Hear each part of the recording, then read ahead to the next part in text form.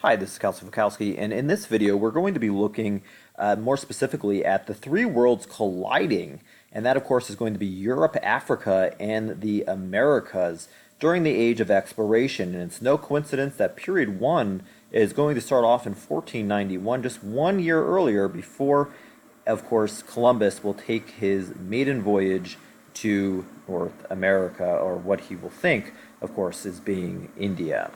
Now, looking at key concept 1.2, contact among Europeans, Native Americans, and Africans resulted in the Columbian Exchange and significant social, cultural, and political changes on both sides of the Atlantic Ocean, and certainly that is going to be a major understatement. Nevertheless, looking at this map of present-day the United States, you'll see some of the major tribes before European contact. Of course, there are thousands of tribes. And again, keep in mind that when we're using the term Native American, there are many, many, many different tribes. It is almost a crime to say that Native Americans are all the same because of, for example, the Cherokee versus the Chinook, of course, are very, very different. So prior to Native American, or prior to European contact, the North American continent is very much inhabited by very different tribes. They have a great diversity of culture, way of life, language, and much of this is dependent upon their environment. So their culture is going to be impacted by their environment. For example, your own culture is impacted by your environment today. If you live in Maine, you probably are more into winter sports compared to somebody who grows up into Florida who might be much more into swimming or surfing, things that are not necessarily year-round sports that you can do in Maine. And the same thing is going to, of course, hold true for Native Americans, as their environment is going to be dictating quite a lot.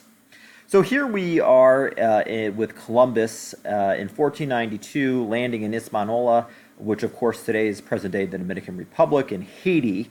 And you'll note that by 1650, you're going to begin to have European colonization begin to bring about settlements. And from this map, you can tell that the Spanish are perhaps the most active here in Central America, present-day Mexico, and down into present-day South America, along with the French and the Dutch, and of course the English will later get in on the game. But this, of course, is going to have a profound effect. And look at this particular quote by Columbus: "With 50 men, we could subjugate them all and make them do whatever we want." And certainly that is a very, very ominous quote that will unfortunately ring true for the Native Americans. And we see with Europeans, as they're coming to the New World, they have this lens of cultural superiority. We see this time and time again, how the Spanish saw the Native Americans, how the Americans saw this with the Native Americans in Mexico during the Mexican-American War, and so on. And this mentality is going to begin to take shape and repeat itself time and time again. And again, with this quote, you see its genesis as he lands in the Americas. Now, perhaps one of the biggest impacts on Native Americans is this population crash that you're going to see in Mexico. And the population decline in just about 100 years is going to go down quite significantly, from about 35 million down to below 5 million people. And it's because of this new contact that Native Americans never had with Europeans. You're going to see that they lack immunities to these old world diseases, and population decline is going to result because, again, they never came in contact with these people, so they never built up such an immunity. While these are, of course, are estimates, you nevertheless see the significant decline upon the native population. Another impact that we're going to see is that you're going to see the number of imported African slaves significantly increase. Now, you might be wondering, why didn't the Europeans try to enslave the Native Americans? Well, they actually did, but they were quite unsuccessful, as the natives were very resistant to being subjugated. This is a very difficult endeavor to enslave a Native American because Native Americans knew the land. They were, of course, very much resistant to this, and they had ways of escaping and resisting. So plan B was to import Africans by stealing and kidnapping them and bringing approximately 15 to 20 million Africans to the Americas. And this will start what's known as the Transatlantic slave trade.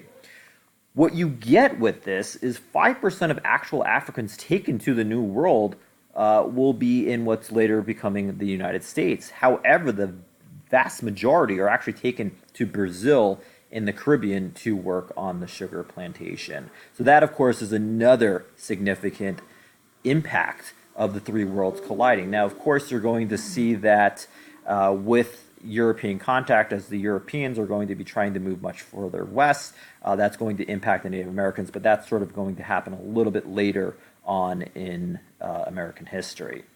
Now, as you see, during the Age of Exploration, the Europeans had created a society based on having an outward viewpoint, right? Looking outside the bounds of the continent and methods to explore the rest of the world. And you see this with the European sailing ships that brought these three worlds in contact. Again, the Americas, Africa, and Europe. And these ships are, of course, very, very useful in making that happen.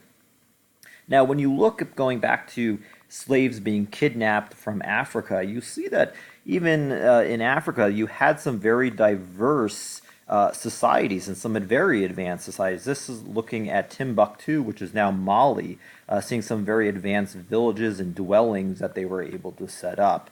Now, you might wonder, why Europe?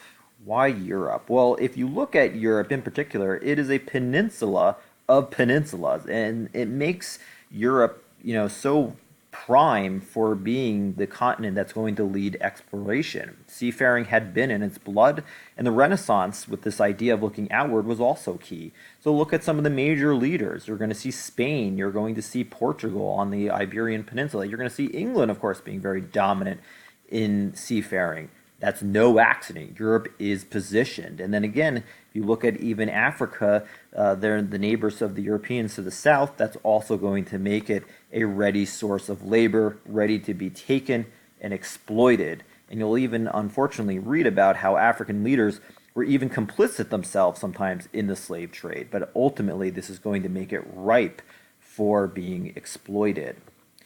And then when you look at this, again, just to emphasize the creation of the New World in the Americas, hence the term the New World, you're going to have this network here between the Americas, Africa, and Europe. All right, so looking at some pasta or spaghetti here, you might enjoy this, and this is a product to a major extent of what's called the Columbian Exchange. With the Age of Exploration, with the three worlds colliding, you're going to have the introduction or diffusion of new plants and animals into Europe, Africa, as well as the Americas. And this is basically the global transfer of living things, and it still continues today. So if you enjoy foods that are Italian in the United States or another part of the world, that is part of the Columbian Exchange to an extent. Now, of course, this is going to be pertaining to the three different continents here. But you'll see and notice that going from North America to Europe, in particular tobacco, tomatoes, pineapples, even an avocado. Who knew that they even ate those back then? And of course, corn is going to be huge, as well as sweet potatoes, etc. And then coming the other way, you'll note that you have things like coffee beans, you'll have citrus fruits, sugar cane, even the horse, which will be immensely important. That is a result of the Columbian Exchange, as well as diseases. So that will be very much a big play a major role and have a major impact on the way in which people travel, the way in which people eat, the crops that are going to be grown. So as you have these three worlds colliding, you're going to be having foods being shared and animals as well, and that's going to impact their culture, their way of life, and much more.